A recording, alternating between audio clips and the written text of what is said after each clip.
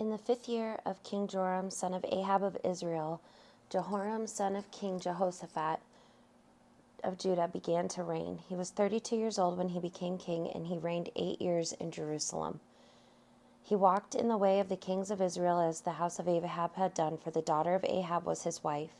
He did what was evil in the sight of the Lord, yet the Lord would not destroy Judah for the sake of his servant David, since he had promised to give a lamp to him and to his descendants forever. In his days Edom revolted against the rule of Judah and set up a king of their own. Then Joram crossed over to Zair with all his chariots. He set out by night and attacked the Edomites and their chariot commanders who had surrounded him, but his army fled home. So Edom has been in revolt against the rule of Judah to this day. Libnah also revolted at the same time. Now the rest of the acts of Joram and all that he did, are they not written in the book of the annals of the king of Judah? So Joram slept with his ancestors and was buried with them in the city of David. His son Ahaziah succeeded him. In the 12th year of King Joram, son of Ahab of Israel, Ahaziah, son of King Joram of Judah, began to reign. Ahaziah was 22 years old when he began to reign. He reigned 1 year in Jerusalem. His mother's name was Athaliah, a granddaughter of King Omri of Israel. He also walked in the way of the house of Ahab, doing what was evil in the sight of the Lord, as the house of Ahab had done, for he was son-in-law to the house of Ahab. He went with Joram, son of Ahab, to wage war against King Hazael of Aram at Ramoth Gilead, where the Arameans wounded Joram. King Joram returned to be healed in Jezreel of the wounds that the Arameans had inflicted on him at Ramah when he fought against King Hazael of Aram. King Ahaziah, son of Jehoram of Judah, went down to see Joram, son of Ahab, in Jezreel because he was wounded. Then the prophet Elisha called a member of the company of the prophets and said to him, "Gird up your loins, take this flask of oil in your hand, and go to Ramoth Gilead. When you arrive, look there for Jehu, son of Jehoshaphat, son of Nimshi. Go in and get him to leave his companions and take him to the inner chamber. Then take the flask of oil, pour it on his head, and say, 'Thus says the Lord, I anoint you king over Israel.' Then open the door and flee. Do not linger." So the young prophet, went to Ramoth Gilead. He arrived while the commanders of the army were in council, and he announced, "I have a message for you, commander." "For which one of us?" asked Jehu. "For you, commander." So Jehu got up and went inside. The young man poured the oil on his head, saying to him, "Thus says the Lord, the God of Israel, I anoint you king over the people of the Lord, over Israel. You shall strike down the house of your master Ahab, so that I may avenge on Jezebel the blood of my servants the prophets, and the blood of all the servants of the Lord, for the whole house of Ahab shall perish. I will cut off from Ahab every male, bond or free, in Israel. I will make the house of Ahab like the house of Jeroboam, son of Nebat, and like the house of Baasha, son of Ahijah. The dogs shall eat Jezebel in the territory of Jezreel, and no one shall bury her." Then he opened the door and fled. When Jehu came back to his master's officers, they said to him, "Is everything all right? Why did that madman come to you?" He answered, "You know the sort and how they babble." They said, "Liar, come on, tell us." So he said, "This is just what he said to me. Thus says the Lord, I anoint you king over Israel." Then hurriedly they all took their cloaks and spread them for him on the bare steps, and they blew the trumpet and proclaimed, "Jehu is king." Thus Jehu, son of Jehoshaphat, son of Nimshi, conspired against Joram. Joram with all Israel had been on guard at Ramoth Gilead against King Hazael of Aram, but King Joram had returned to be healed in Jezreel of the wounds that the Arameans had inflicted on him when he fought against King Hazael of Aram. So Jehu said, "If this is your wish, then let no one slip out of the city to go and tell the news in Jezreel." Then Jehu mounted his chariots and went to Jezreel, where Joram was lying ill. King Ahaziah of Judah had come down to visit Joram. In Jezreel, the sentinel standing on the tower spied the company of Jehu arriving and said, "I see a company."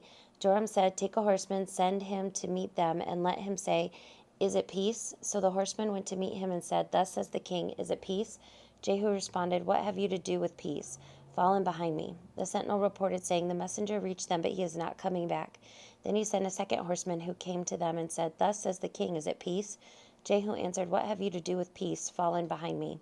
Again the sentinel reported, "He reached them, but he is not coming back. It looks like the driving of Jehu, son of Nimshi, for he drives like a maniac."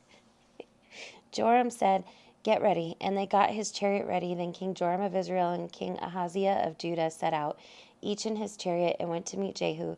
They met him at the property of Naboth the Jezreelite. When Joram saw Jehu, he said, Is it peace, Jehu? He answered, What peace can there be so long as the many whoredoms and sorceries of your mother Jezebel continue? Then Joram reigned about and fled, saying to Ahaziah, Treason, Ahaziah. Jehu drew his bow with all his strength and shot Joram between the shoulders, so that the arrow pierced his heart, and he sank in his chariot. Jehu said to his aide Bidkar, Lift him out and throw him on the plot of ground belonging to Naboth the Jezreelite. For remember when you and I rode side by side behind his father, Ahab, how the Lord uttered this oracle against him. For the blood of Naboth and for the blood of his children that I saw yesterday, says the Lord, I swear I will repay you on this very plot of ground. Now therefore lift him out and throw him on the plot of ground in accordance with the word of the Lord. When King Ahaziah of Judah saw this, he fled in the direction of Beth-Hagan. Jehu pursued him, saying, Shoot him also. And they shot him in the chariot at the ascent to Gur, which is by Ibleam. Then he fled to Megiddo and died there. His officers carried him in a chariot to Jerusalem and buried him in his tomb with his ancestors in the city of David. In the 11th year of Joram son of Ahab, Ahaziah began to reign over Judah. When Jehu came to Jezreel, Jezebel heard of it. She painted her eyes and adorned her head and looked out of the window. As Jehu entered the gate, she said, Is it peace, Zimri, murderer of your master? He looked up to the window and said, Who is on my side? Who? 2 or 3 eunuchs looked out at him. He said, Throw her down. So they threw her down. Some of her blood spattered the wall on the houses and horses which trampled on her.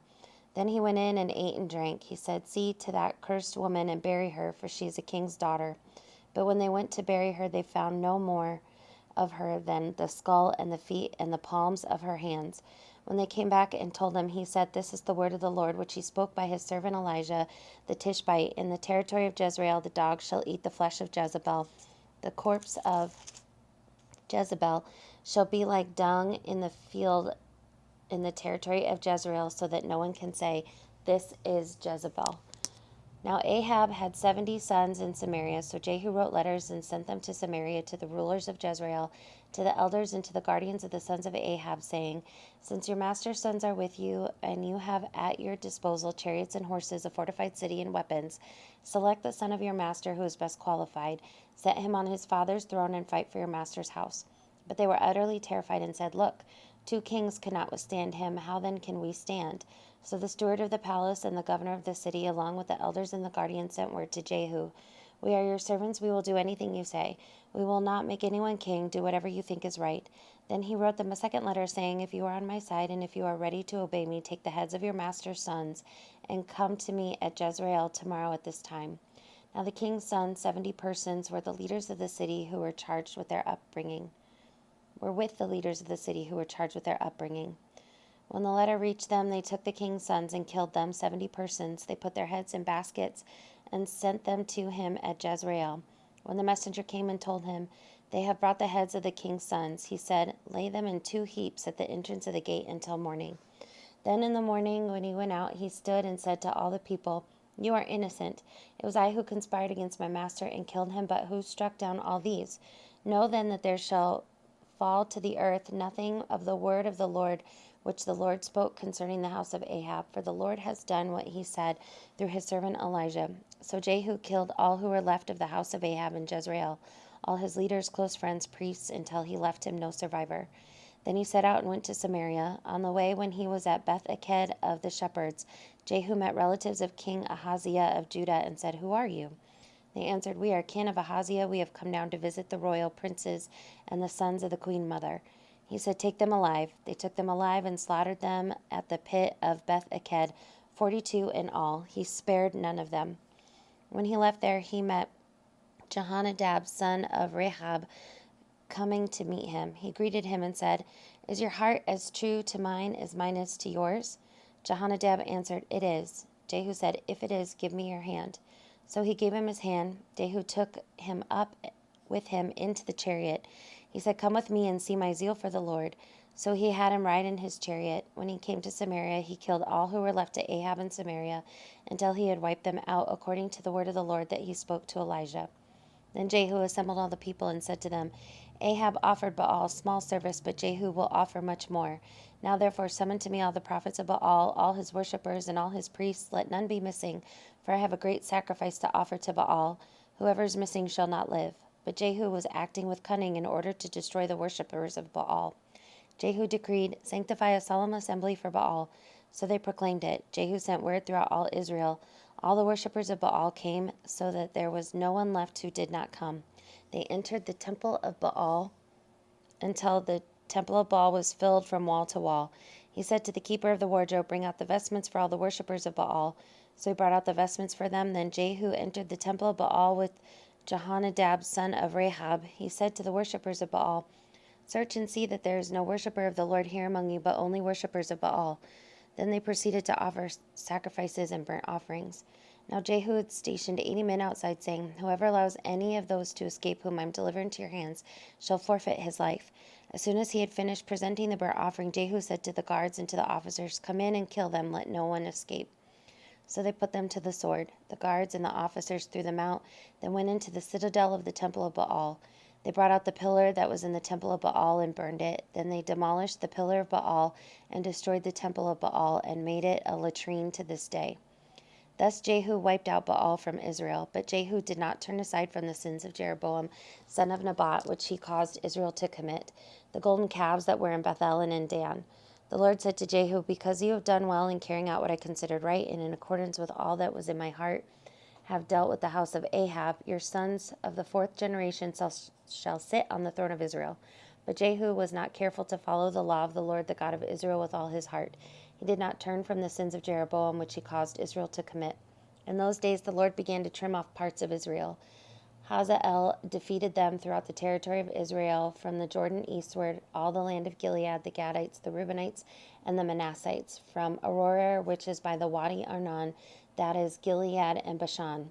Now the rest of the acts of Jehu, all that he did, and all that his power, are they not written in the books of the annals of the king of Israel?